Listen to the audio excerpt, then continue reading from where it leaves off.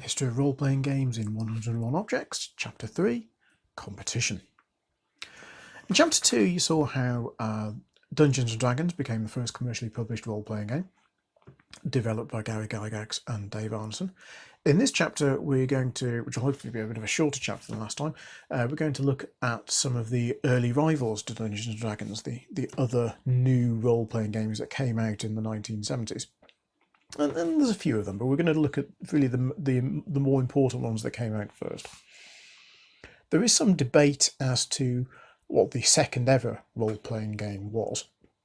It sort of depends on how you define when it was published, when it was released, and so on. You know, things that were in development earlier, whether it came to being published if you weren't on general release, but you were available at a convention to a few people who happened to stop at your stand, that kind of thing. There are two main contenders, though, for the title, and the first of these is our object number 14, and it's this. Empire of the Petal Throne. It was originally a box set, there's no box in this copy. Empire of the Petal Throne, very interesting role-playing game. Interesting that it should be such an early one. It's a rather old setup. It's a fantasy role-playing game, like Dungeons and Dragons. The rule system is somewhat D&D inspired, but there are some key differences. The most important thing about Empire of the Petal Throne, though, is it's a specific fantasy setting. It was based on a particular very detailed fantasy world that had been developed over many years by a guy called M.A.R. Barker, or to give him his full name and title, Professor Mohammed Abdul Rahman Barker. Barker was a linguist, a professor of linguistics, I think particularly specialising in Asian and particularly South Asian languages. He'd converted to Islam when he was studying in Pakistan, I think. And he was sort of on the fringes of that Minnesota group. He knew people like Dave McGarry, he knew people like Dave Arneson, he knew people like David Waisley. And he'd actually played, if not Dungeons and Dragons, I think he played Blackmore with Arneson and very much enjoyed it and thought actually he could produce a similar sort of game that would tie into this fantasy setting that he'd been developing for himself. And much in the way that J.R.R. Tolkien developed his fantasy setting as an excuse to create fictional languages, Barker was exactly the same, which is one reason why you'll see him described as the sort of forgotten American Tolkien. So his world was called Techumel. The particular setting was the Empire of the Petal Throne. It's a much less conventional fantasy setting than Tolkien's Middle-earth, or in fact most of D&D. Rather more exotic. Not that well known now. If you've ever read any of Raymond E. Feist's Midkemia novels, you know, Magician and Silverthorn and Betrayal at Crondor and all those kind of stories, the sort of the alien world in those is very, very much like Techumel, to the extent that probably Raymond E. Feist, I suspect, played Empire of the Petal Throne, because Raymond E. Feist was actually a big role player in the very early days, and in fact there was a Midkemia Press long before Magician came out as a novel. Midkemia Press was one of those third-party companies producing supplements for Dungeons and Dragons. So what is Empire of the Petal Throne? Well, you get a rule book. Rather impressively, you get some gorgeous full-colour maps. You didn't get full-colour printing in the 1970s in role-playing games. D&D never had full-colour maps in the original form. Look at that. Beautiful.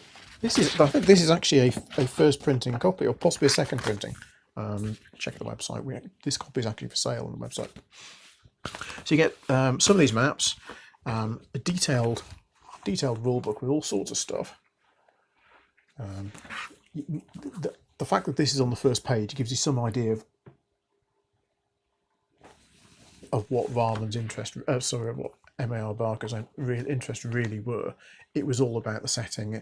It's a very rich and deep setting, and people are still into it. It's still very niche. It's not widely known, and it's almost scholarly. Fans of Techumel and fans of Empire of the Petal Throne and their approach to the game, there's probably as much material being produced for the languages of Techimal as there has been role-playing adventures set there. So it's a fantasy role-playing game. It's a little bit of a different one to Dungeons and Dragons, but with a different sort of monsters, but not that different. One side effect, or unfortunate effect, of having these gorgeous colour maps, it was very expensive. Now, I mentioned in Chapter 2 that Dungeons & Dragons was seen as very expensive at $10 for the box set. I think Empire of the Petal Throne, when it came out, was $25. Or $20, $25. Something like $100, £100 even, perhaps, in today's money. And yeah, that's a hard sell. It wasn't as if the Techimal setting was, a widely known intellectual property that there was an excuse for that sort of price. So Empire of the Petal Throne was never commercially successful, and never sold in wide numbers. And I think probably for most people getting into role playing, it was something that they'd sort of heard of, they'd seen mentioned in the back of a Dungeons and Dragons rule book, as in the TSR price list that you could see, because this was a TSR game. Basically, he knew Arneson, and Barker said to Arneson, could we publish this? And TSR did publish it. Don't forget, Dave Arneson was not actually part of TSR at this point. But he was in touch with Guy Gax, he was in touch with the others, and yes, TSR published Empire of the Petal Thrones, but never put a huge amount of effort into doing so. So there was a gorgeous box set that came out, and not much support after that. That was Object 14. Object 15, I don't have a copy to hand, so you have to make do with this photograph here. Object 15 is the next role-playing game, or possibly it was second, depending on how you interpret when published dates count. Tunnels and Trolls by Ken St. Andre.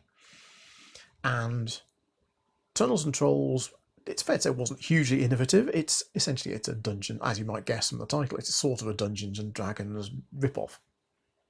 That's probably a bit harsh, but it's clearly inspired by Dungeons and Dragons. Manages to put everything in a single rulebook. The rules are rather simpler. The rules are probably rather better organised and rather better laid out than they are in the original D&D box set. The key success factor, though, for Tunnels and Trolls, and this is why it actually did get something of a following in these early days and lasted for a few years, is it was cheap. Dungeons & Dragons, $10, Empire of the Petal Throne, $25. I think Tunnels and Trolls was, somewhere between $2.50 and $4 in its early editions. So very, very cheap. The other thing that sort of stood out for Tunnels and Trolls is solo play. Long before we had fighting fantasy game books, Walk of Fire Top Mountain and so on, Tunnels and Trolls had lots of solo adventures.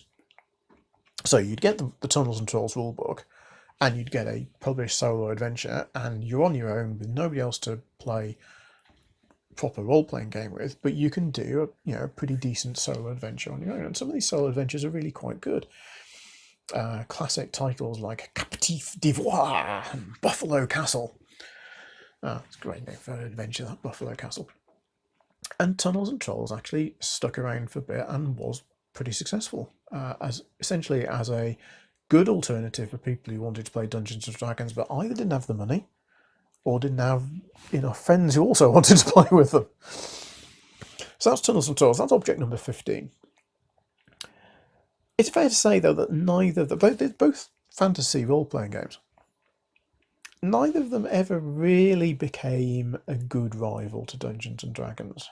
But there is an early fantasy role-playing game that did stick around and has been successful and continues to sell. There's a new edition of it came out really not that long ago that continues to be a very good seller for us here.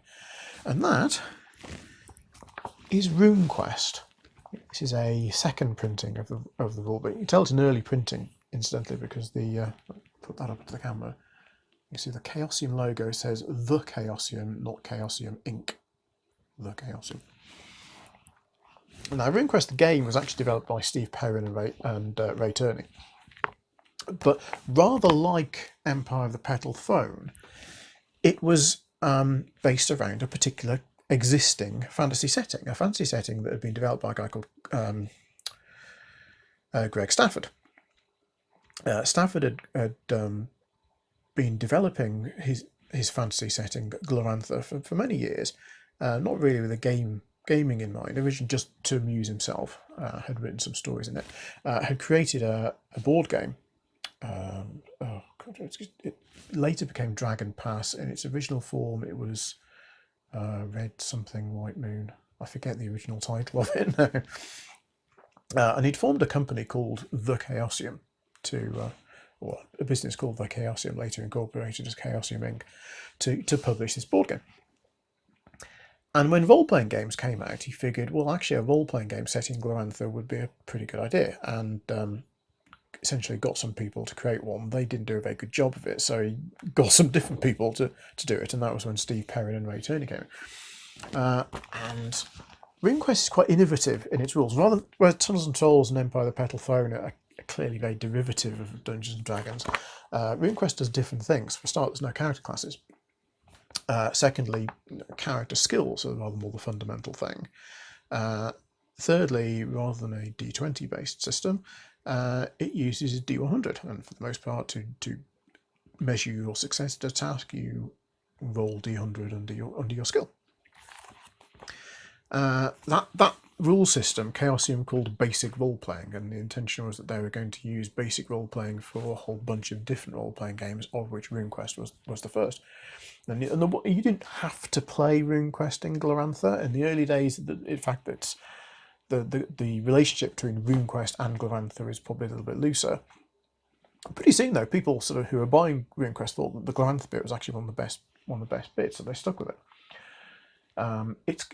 Glorantha's sort of a Bronze Age setting, whereas the standard Dungeons and Dragons setting seems to be rather more late medieval. You know, people hitting each other with swords and pole arms, and fighters have got plate mail and so on. Whereas, as you possibly see from the cover, in RuneQuest it's more bronze armor. Still monsters and treasure and so on. So it's still ultimately that kind of setting. If you think of Dungeons and Dragons is ultimately a game in which fantasy characters go and beat up monsters and get treasure, well, actually so is RuneQuest. It's just that it does so in a rather more in-depth fantasy setting, and an in-depth fantasy setting that's rather earlier in its technological equivalent than most D&D settings. So RuneQuest was hugely successful, continued to be successful to this day. I think probably later in the series we'll show you the sort of current edition, if you like. Chaosium has sort of been and gone and come back. The company that currently produces RuneQuest is essentially the new reborn Chaosium. So that was RuneQuest. That's object number 16. Object number 17 was TSR's third role-playing game, and our first role-playing game that wasn't fantasy. We're in the mid-70s now, and one genre that doesn't really seem to be particularly popular in the mid-70s is the Western. Nevertheless, that's what our next role-playing game is. This is a later edition. This is a third edition, but the role-playing game is Boot Hill. Brian Bloom, who was one of the TSR partners, was quite influential in creating Boot Hill. It's a fairly simple rule system. It was never really supported by TSR. There aren't that many products available for it. It sort of hung around. I think because Brian Bloom was important, he was a partner, and later a director of TSR, and so. It's sort of an afterthought. It's a footnote in the history of the role-playing game, Boot Hill. And in fact, Western RPGs have never been hugely popular. There's one exception that we come to later, which is Deadlands. It's probably the only successful Western role-playing game ever. And that's sort of Western with horror. Boot Hill, yeah, nobody ever got particularly excited by it. And I think partly that's because the Western was going out of fashion by the mid-70s. Of course, something that's coming into fashion in the mid-70s is science fiction. In 1977, Star Wars comes out. And so, it's inevitable that by the time you get to that period, that somebody thinks, if we can have a fantasy role-playing game, then surely we can have a science fiction role-playing game. And what could that science fiction role-playing game be? Now, most people, I think, would say that the first science fiction role-playing game was Metamorphosis Alpha, which again was a TSR game created by James Ward. It is a more recent reprint of the original rulebook.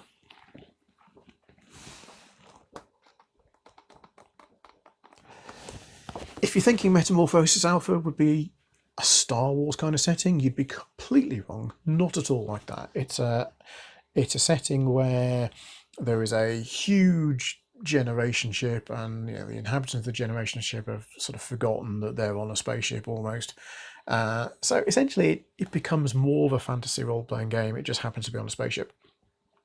Again, it was never really fully supported by TSR. There's the old supplement for the articles in Dragon magazine, which is TSR's in-house magazine, but never hugely popular. It's still going. There are, this is a fairly recent edition,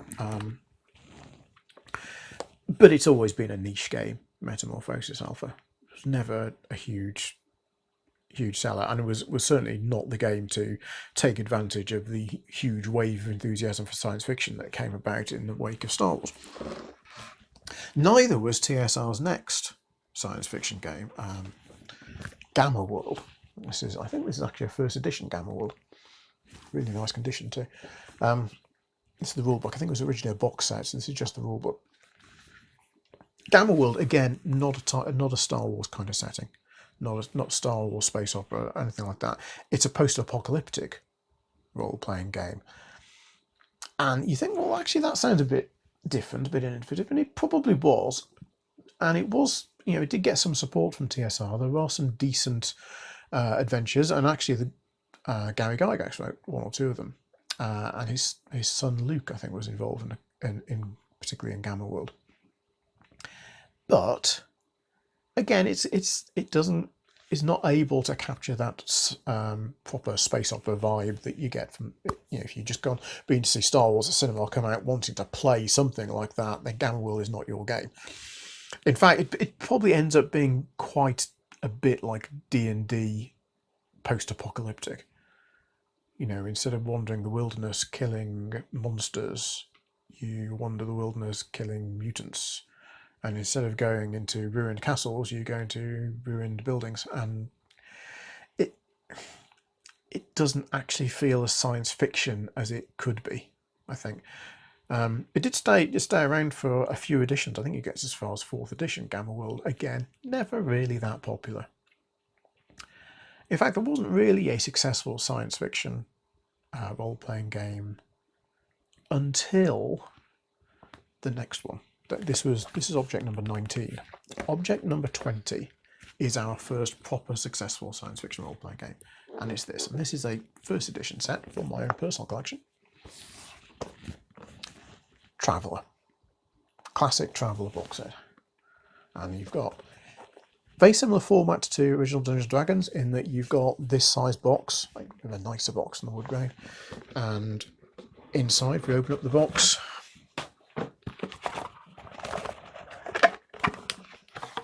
it's a really nice condition set, this.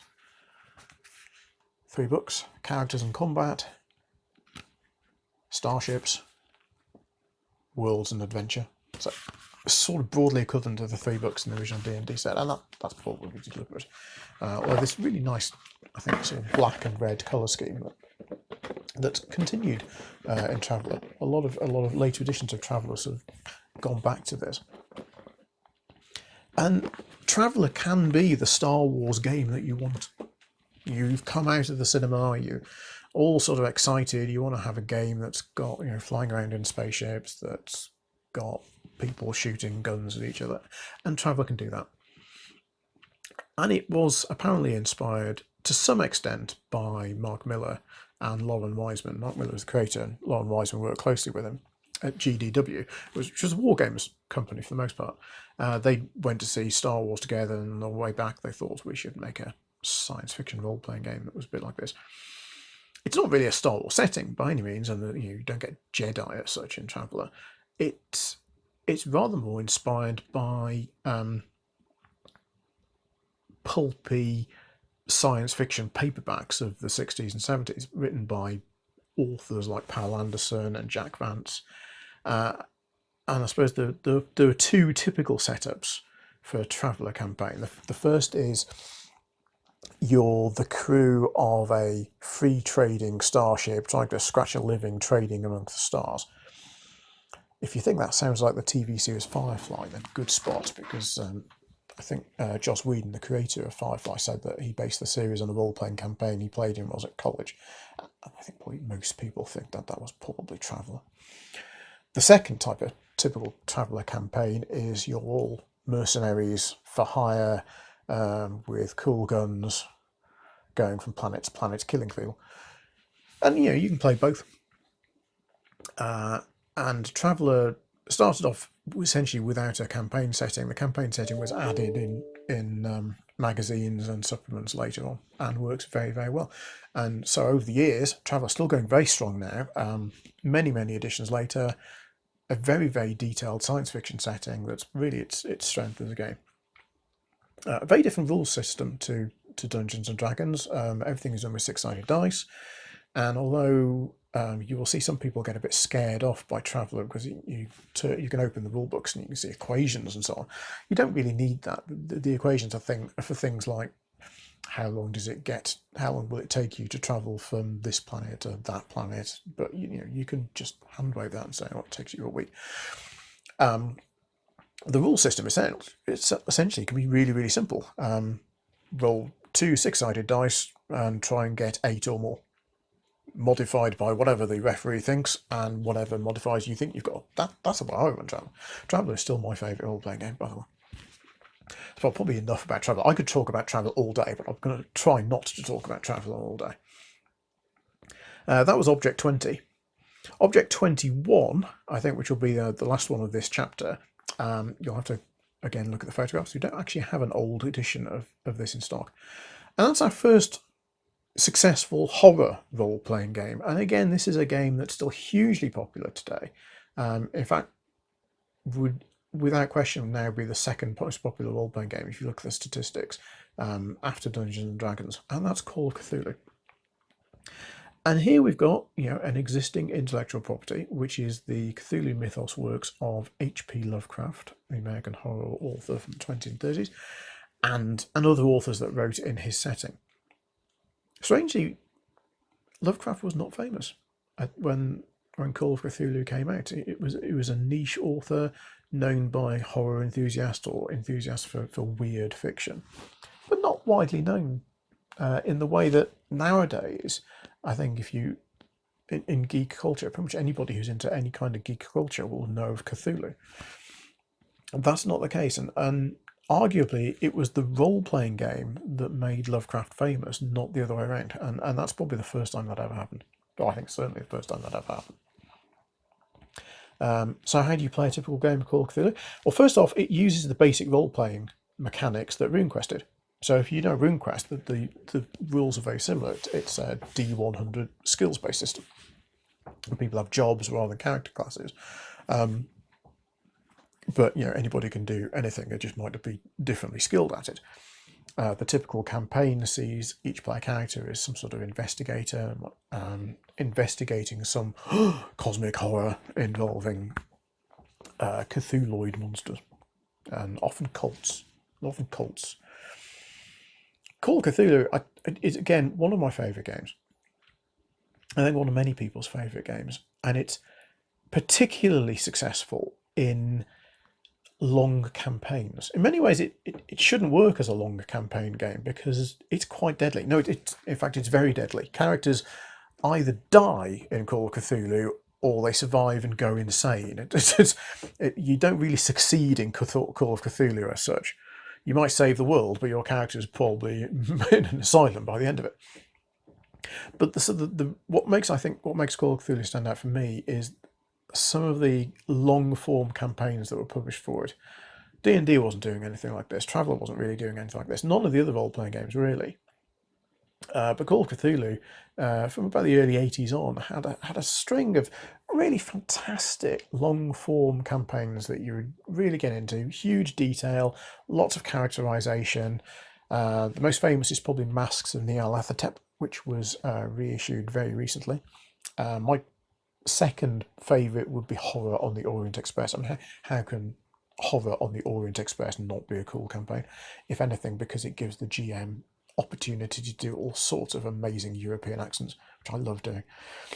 Actually, my favourite, though, I think stands as the best long-form role-playing campaign ever published, is Beyond the Mountains of Madness. Not in print at the moment. If you've got a copy, it's worth a bit because it's so good.